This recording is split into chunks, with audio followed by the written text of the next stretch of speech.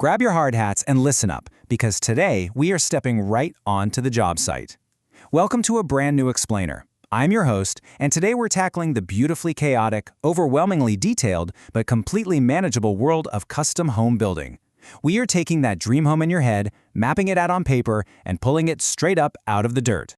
But before we break out the heavy machinery, I need you to burn this into your memory. A wall moved on paper costs absolutely nothing, but a wall moved during framing, that's going to cost you anywhere from $2,000 to $5,000. Boom! Building a custom home can completely drain your bank account if you aren't ready for what's coming. That's exactly why you need to watch this full explainer from start to finish, and absolutely smash that subscribe button for our channel right now.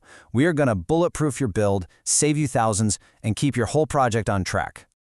All right, here's our master schedule for today. We're powering through 6 crucial phases: the blueprint, mastering the critical path, the dirt-up build, quality control, structural reality, and your final polish.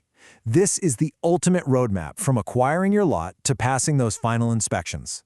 Let's get to work. Section 1. The Custom Home Blueprint.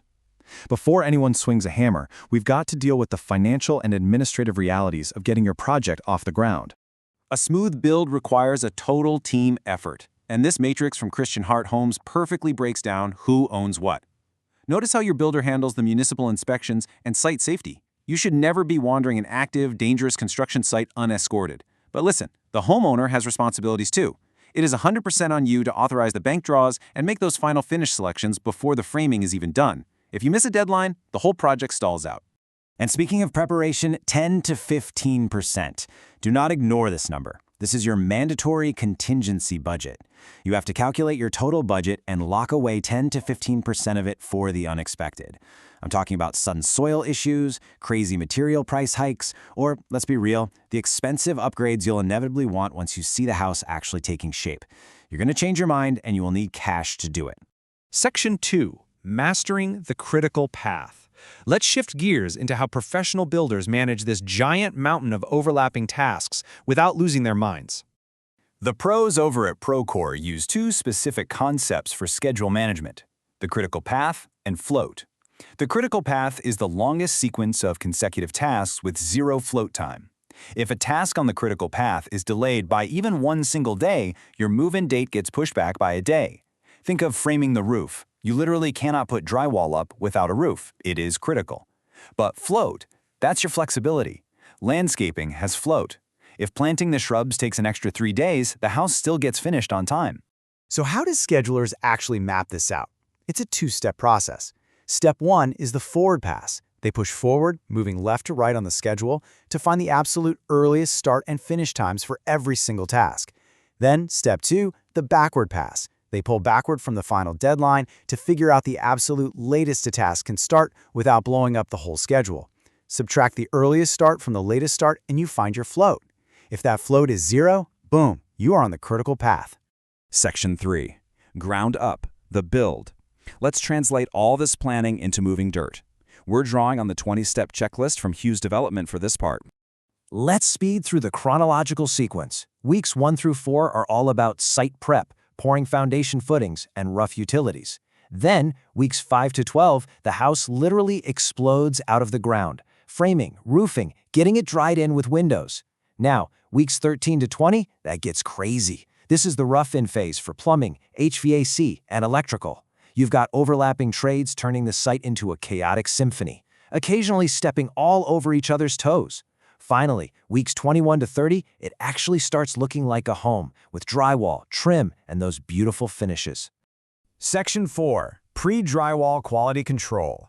I need everyone to slow down and listen up, because this is easily the most crucial phase of the entire build.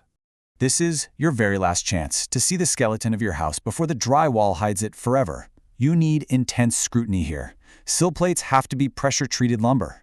Anchor bolts must be installed with a nut and washer at a maximum of 6 feet on center. That's what bolts your house to the foundation. Floor joists, they need to be crowned up so your floors don't sag later. And this one is massive. Check the framing for excessive moisture content.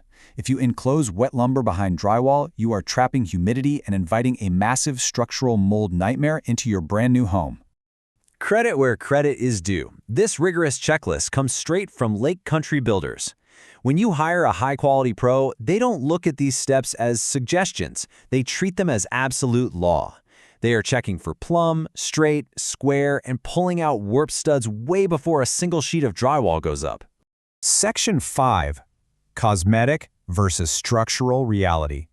Let's get a reality check using guidelines from inspection triage. Look, once the house takes shape, you're going to see cracks and you're going to panic. But you have to learn to filter what looks terrifying but is harmless versus a true 5-alarm structural red flag. Hairline drywall cracks above doors, that's normal settlement.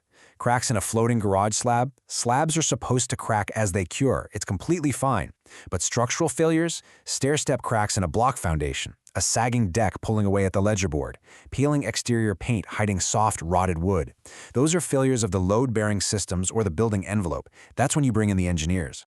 To make this dead simple, here is the ultimate 4-question cheat code for buyers. When you see a flaw, ask yourself, 1, does it carry a structural load? 2, does it keep water out of the house? 3, is it a safety system? And 4, is the problem actively getting worse? If the answer to all 4 of these is no, you are almost certainly looking at a harmless cosmetic issue. Don't waste your leverage on it. Focus on the stuff that actually matters. Section 6. Final polish and closing. We have finally made it to the home stretch. The dust is clearing, the chaos is settling, and this is starting to look like a finished custom home.